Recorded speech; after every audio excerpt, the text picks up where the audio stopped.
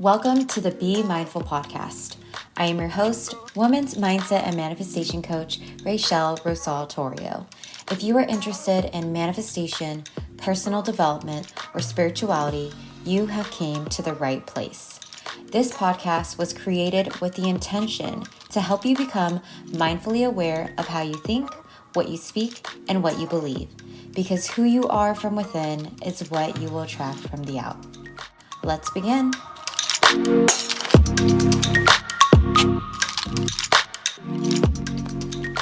Mic is on. All right, let's get started. Hi there, beautiful soul. Welcome back to the Be Mindful podcast. On today's episode, we are going to be talking about detoxing, letting go of things that no longer serve us so that we could step into our best versions of ourselves as we go into 2024, and you could just show up as the next level you. So if you have been around for over a year now with me, you will know that last year in 2023, I did create an episode very similar of this, and it focuses on things that I was letting go of in 2023. So this episode is going to be a little bit similar, but of course this year has came by and I have learned other lessons. So I want to share with you what I'm letting go of this year, what I'm detoxing from, and I'm also going to share with you things that I am currently going to continue working on so that I can just continue improving. Now, before we get started, I do want to share with you two exciting things. One, I just released a hypnosis and it's called Manifest Your Biggest Dreams. I am so pumped about this because it's so powerful. I had my husband listen to it. I had a couple friends listen to it and they are so in love with it. They love what I have provided in it. I make sure that you are feeling those emotions, you are visualizing it. And if you are new to hypnosis, I just want to let you know that hypnosis is not some type of voodoo thing. It really is a self-development tool and it can really help you. It can really help you change your life because we are tapping into your subconscious mind. If you want more information on that, check my show notes and you can get the recording yourself. But if you want to know how you can get this hypnosis completely free, then you want to join my giveaway. I just posted it today. Check my Instagram. My Instagram is in my show notes. I'll probably add it somewhere on the screen so you know where to follow me. All you have to do is follow those rules, and then you can get chosen to win not only my hypnosis recording, but you'll also have a chance to win a journal. One of my manifestation journals, it doesn't matter which one, doesn't matter what color, but you get to choose whatever you want.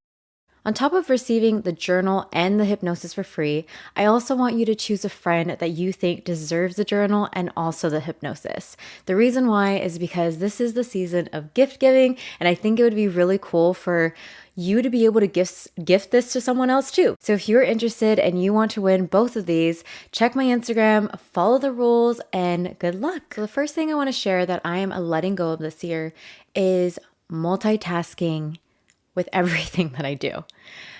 I've noticed a pattern where I will start working on something and then I'll think of something else that I need to get done and then I'll start working on that. I don't know if anyone else can relate to this, but I do that not often, but there are moments where I definitely do it, especially when I'm trying to like clean something or organize my room. Sometimes I'll focus in one area and then I'll notice, oh my gosh, that area is so dirty. I want to do this, blah, blah, blah. And then I'll start working on that and I'll look over and the other portion is like not even done yet. I would bounce between my projects sometimes. And this is when I felt very overwhelmed or felt like I wasn't getting things done fast enough. But when you multitask, it actually doesn't benefit you at all. It can be really stressful, honestly. Our brain was not made to multitask. So my goal is to really work on being more present with my projects. I think I've done a better job at doing that, but I want to be even better, even if it's just like folding my clothes, if it's just cleaning or organizing, to just focus on that one thing and not worry about all the other things that I need to get done. If you can relate to this, this is your sign to just focus on that one thing. Go back to one of my episodes where I talk about time blocking and really use time blocking for that specifically. And when you're able to set time for one thing only, it really does release less stress because you're not you don't have your mind going in a million places. So that is one thing I am definitely working on letting go of so that I can be more productive, even more intentional with my time. And I think that's the thing that I really, really worked on this year. And I'm glad that I learned about myself so that I can pivot and respond differently. Another thing that I am detoxing from this year is social media to a certain extent, because obviously I love to post little snippets of this podcast. I love to show up and share photos of my life. I still love social media. And I think if you have the right intentions and you are following people that do not trigger you, that maybe motivate you, you love seeing them on your feed, then that's where you're using social media in a healthy way. But personally, I think my screen time can definitely be less. I don't need it that much. I don't need to be on as much. And me being a full-time employee where I also work on a computer all day and then I go back and then I work on a computer again for my business, it's a lot. So I think that limiting that has really helped me when I do have less screen time. It's also just healthy for us to reconnect with nature. That's the one thing. We are so used to being in a society where we're on our phones, we're watching TV, we're on a laptop, on an iPad, whatever it is. So sometimes we rely on that instant gratification, being able to click into different links and buy something so immediately. That's just normal. Sometimes it's nice to kind of just slow down for a bit, step away from your phone, step away from all of your electronics and just be there, be present with Earth. What I've found is just going back to nature always, or going outside in general, or moving my body is what helps me, and just putting social media to the side for a second. So less screen time. I don't know who else needs to do that, but if you find your hours like on your phone that's popping up and it's like many hours, then maybe that could be a sign for you like, okay, I don't really need to spend this much time on my phone. I could be doing other things that I do actually really want to do. I could focus on my passion, whatever you want. Like, life is so short and there's only 24 hours in a day. So if you're finding yourself being on your phone too much, then let's stop that. Let's let go of that this year. Another thing that I'm detoxing and letting go of is being too hard on myself. This is, I think, something that's just going to be a work in progress forever. But every year I find myself improving. But what I mean by being too hard on myself is, okay, let's say I'm working on something and didn't come out the way that I wanted it to. Sometimes I just go at it and like, instead of saying positive affirmations, I can be kind of mean to myself. And I don't want to do that anymore. I don't want to put myself down and tell myself that I'm dumb or I'm not good enough. I do have my moments like that. I'm not perfect. I will never, ever portray that I am perfect and like I don't have those down days, because I do. There are definitely times where I have those moments and I have to like check myself. So for example, there's a show that me and my husband just started watching recently. It's called Based on a True Story. So if you don't know what it is, I highly recommend you look it up. It's like a comedy where this husband and wife want to create a podcast about murderers and like how they decide to do it and pick their victims and all that.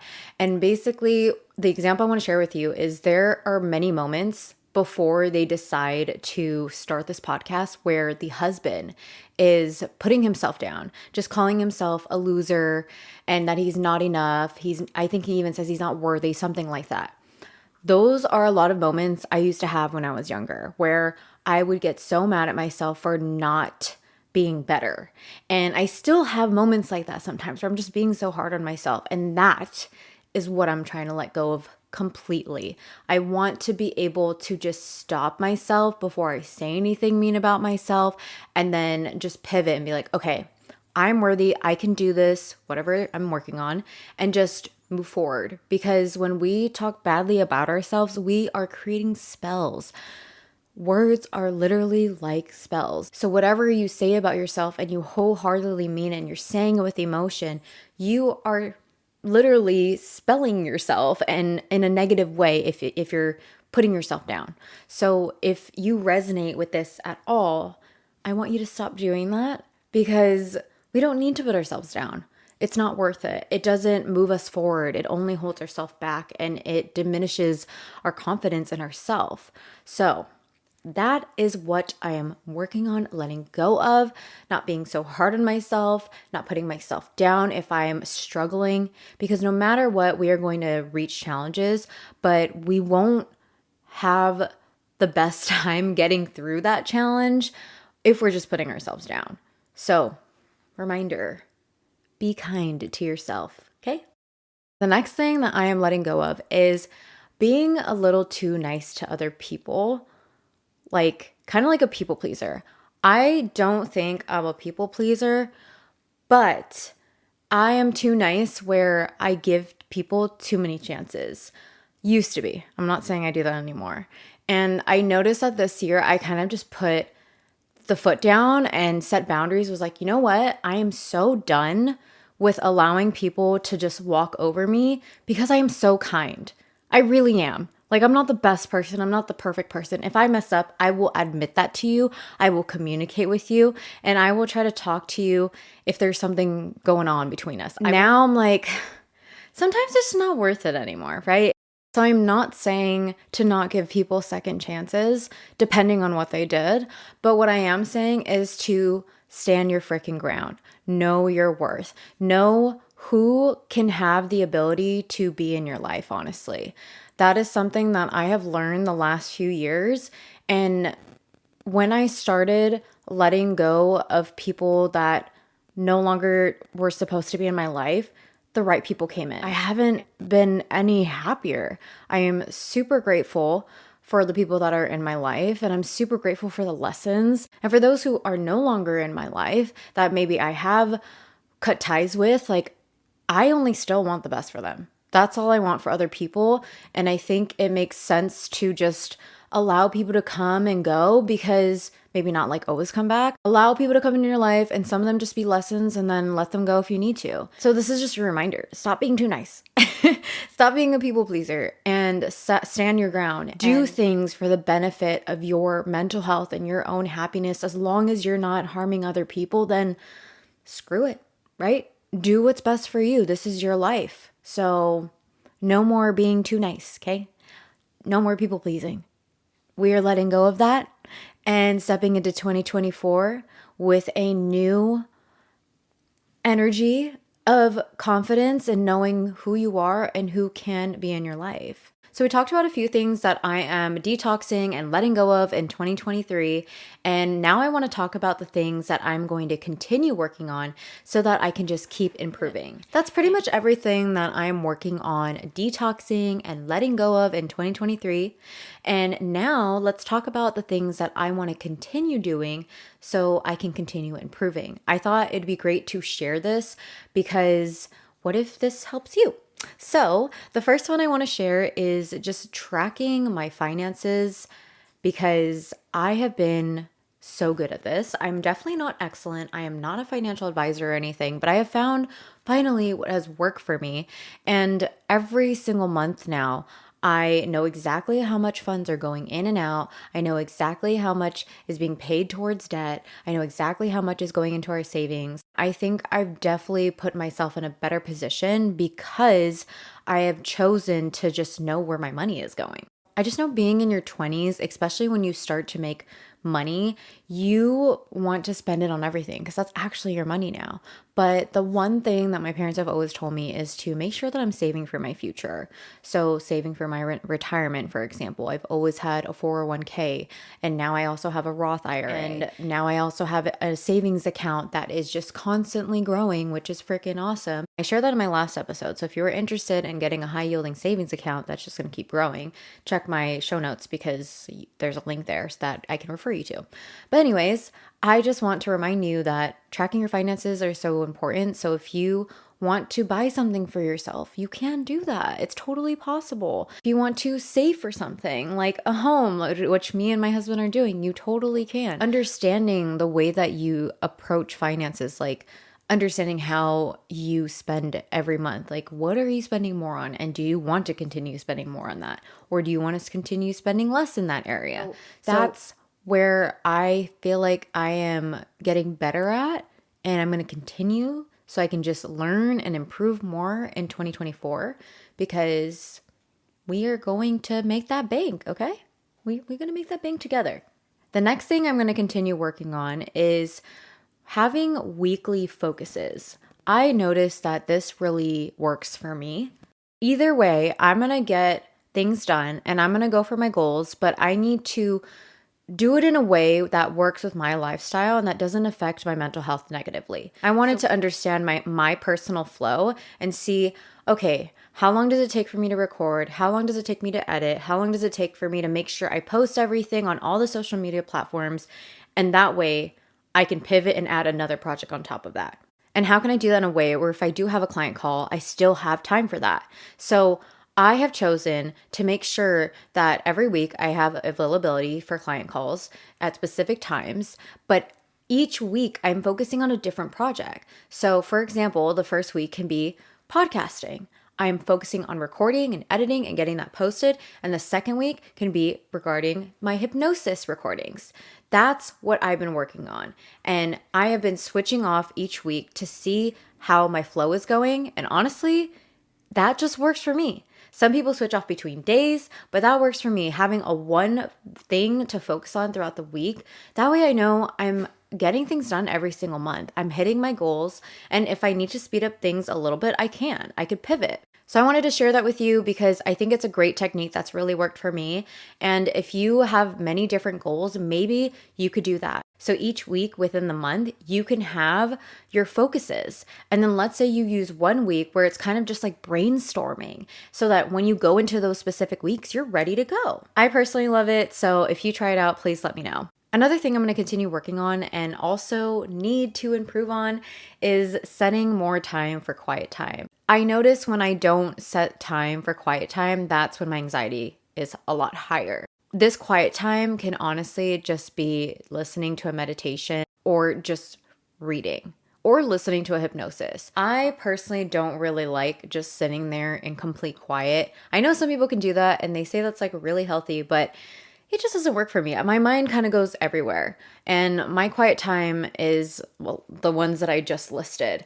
So if I'm able to kind of just decompress my mind for even like 10 minutes, that's honestly all I need. Of course, there are other times where I'm able to be more present and like decompress, like going to the gym, for example. That's a great way for me, or going on a walk with my husband and our pups.